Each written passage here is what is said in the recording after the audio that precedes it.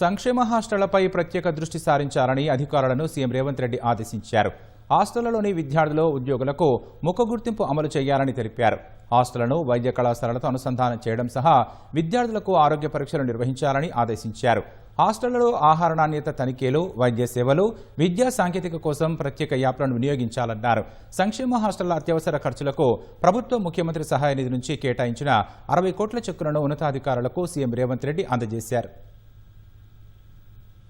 BC, SC, ST, minority సంక్షేమ వసతి గృహాల్లో అత్యవసర పనులకు రాష్ట్ర ప్రభుత్వం ముఖ్యమంత్రి సహాయ నిధి నుంచి 60 కోట్ల రూపాయలు కేటాయించింది. హాస్టళ్లలో డైట్ ఛార్జీలు, తాత్కాలిక సిబ్బంది జీతాలు, మోటార్ల మరమ్మతులు, ఇతర అత్యవసర పనులకు ఆ నిధులు వినియోగించుకునే వెసులుబాటు కలిగించింది. హాస్టళ్లకు కేటాయించిన నిధుల చెక్కులను ముఖ్యమంత్రి రేవంత్ రెడ్డి ఆయా శాఖల సీనియర్ అధికారులకు అందించారు. బీసీ, ఎస్సీ, ఎస్టీ, మైనారిటీ సంక్షేమ గృహాలు, విద్యా సంస్థలపై కమాండ్ కంట్రోల్ కార్యాలయం నుంచి ముఖ్యమంత్రి రేవంత్ రెడ్డి సమీక్షించారు. రాష్ట్రంలోని సంక్షేమ హాస్టళ్లపై ప్రత్యేక శ్రద్ధ వహించాలని, హాస్టళ్లలో ఉంటున్న విద్యార్థులు, బోధనేతర సిబ్బంది ముఖ గుర్తింపుకు ఏర్పాట్లు చేయాలని సీఎం ఆదేశించారు. పూర్తి స్థాయి డేటా, జవాబుదారీతనం ఉండాలన్నారు. విద్యార్థులకు అందించే ఆహార నాణ్యత తెలుసుకునేందుకు యాప్ను ఉపయోగించాలని సూచించారు. విద్యార్థులకు సరైన పోషకాలతో కూడిన నాణ్యమైన పోషకాహారం అందేలా చర్యలు తీసుకోవాలని, వాటితో పిల్లలకు లభించే క్యాలరీలను తెలుసుకోవాలని ఆదేశించారు. హాస్టల్ విద్యార్థులకు అందించే యూనిఫామ్లు, పుస్తకాలు సకాలంలో సక్రమంగా అందుతున్నాయో లేదో ఉన్నతాధికారులు నిర్ధారించుకోవాలని సీఎం సూచించారు. హాస్టళ్లలో వసతులు, వాటి నిర్వహణకు సంబంధించిన పూర్తి సమాచారాన్ని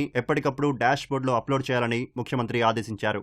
హాస్టళ్లలోని విద్యార్థుల ఆరోగ్యంపై ప్రత్యేక శ్రద్ధ వహించాల్సిన అవసరం ఉందని సీఎం రేవంత్ రెడ్డి తెలిపారు. ప్రతి జిల్లాలోని ప్రభుత్వ, ప్రైవేటు వైద్య కళాశాలలు, కమ్యూనిటీ హెల్త్ సెంటర్లు, ఏరియా ఆసుపత్రులను హాస్టళ్లతో అనుసంధానించాలని సూచించారు. హాస్టళ్లలో వైద్య శిబిరాలు నిర్వహించాలని, అత్యవసర సమయాల్లో వైద్యులు విద్యార్థులకి అందుబాటులో ఉండాలని ఆదేశించారు. జిల్లా కలెక్టర్లు, అదనపు కలెక్టర్లు తరచుగా హాస్టళ్లను సందర్శించి విద్యార్థులకు మెరుగైన సేవలు అందేలా చూడాలని సీఎం ఆదేశించారు. బీసీ, ఎస్సీ, ఎస్టీ, మైనారిటీ హాస్టళ్లకు స్కాలర్షిప్లు, సిబ్బంది జీతాలు, డైట్ ఛార్జీలు, నిర్మాణ, ఇతర ఖర్చులు, బకాయిల చెల్లింపు, హాస్టళ్ల నిర్వహణకు అయ్యే నెలవారీ ఖర్చులు, బకాయిల చెల్లింపుకు అవసరమైన మొత్తానికి సంబంధించి కార్యాచరణ ప్రణాళికను రూపొందించి సమర్పించాలని ప్రభుత్వ ప్రధాన కార్యదర్శి రామకృష్ణరావు, సంక్షేమ శాఖల ప్రత్యేక ప్రధాన కార్యదర్శి సబ్యసాచి ఘోష్లను ముఖ్యమంత్రి ఆదేశించారు. హాస్టళ్ల కోసం కేంద్ర ప్రాయోజిత పథకాల నుంచి నిధులను సమీకరించాలని, వాటికి సంబంధించి రాష్ట్ర ప్రభుత్వ మ్యాచింగ్ గ్రాంట్ను వెంటనే విడుదల చేయాలని సీఎం ఆదేశించారు. ఆన్లైన్లో 24 గంటలు వైద్యులు అందుబాటులో ఉండేలా హాట్లైన్ ఏర్పాటు చేయాలని, పోటీ పరీక్షలకు సిద్ధమయ్యేందుకు